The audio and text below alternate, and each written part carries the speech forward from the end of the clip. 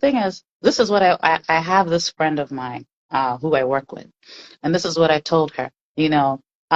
Um, our kids, you know that saying that apple doesn't fall far from the tree? That saying is literal, right? You are a split version of your mother or your father. You know why? Because those are the people who you grew up around. If you're a child that was raised by your grandmother, obviously you're going to pick up your grandmother's traits, negative or positive, right?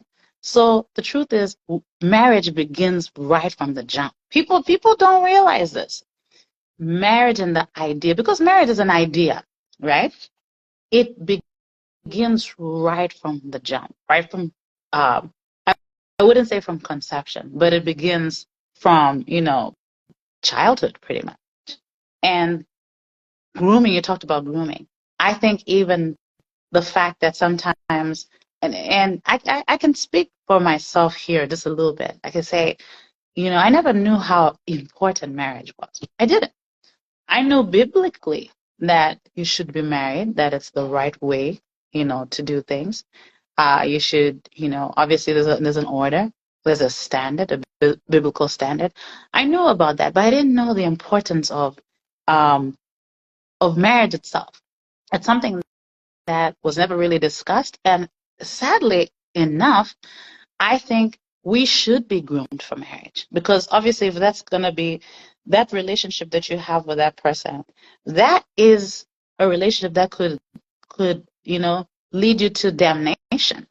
you know so when you think about spiritual marriage from a spiritual aspect, if you marry the wrong person, if you marry, because obviously we know that God can't pick your partner. God can guide you to that person. God can reveal that person to you, but then again, you have to make the choice.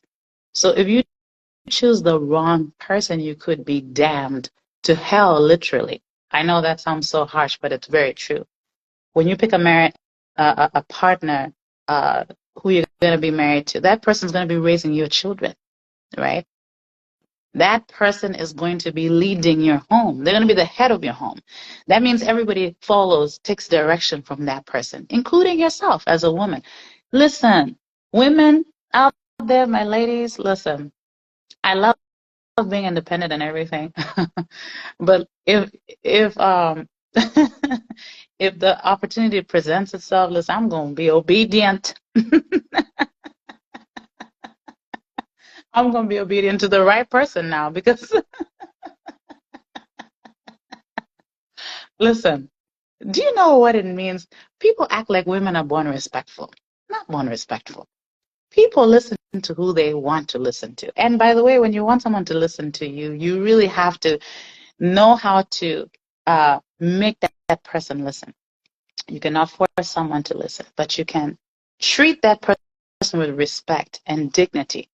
And you may get someone to actually submit to you. You remember the Bible says, women, submit, right? Wives, submit to your husbands. And husbands, love your wives, as Christ loved the church.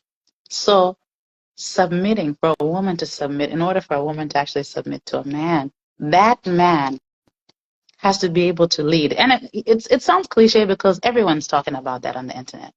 Go ahead. Look, I was raising my hand like in Zoom. I got a question. Go ahead. Ephesians, what is it? Ephesians 5:22. It says, wives, submit to your husbands as unto the Lord. Oh, okay. So to me, that's the kicker. Mm-hmm. That's the most important part, as unto the Lord. So if you're doing that in your single season, then it will be less difficult to do it when you're married. Because if you're practicing to do it in the single season, submitting unto the Lord, then it's not going to be as difficult to submit unto your husband. So I like it because it ties the Lord back in to say, when you're submitting to him, you're serving the Lord because you're being obedient. Yes, and yes. So true. Man, this is like a lot to think about. And like I said, I wanted this to be short. So, okay, let's talk about this real quick. Let's talk about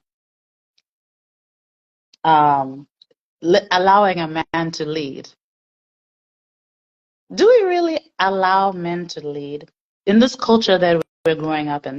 This is our country now. Also, this is our country.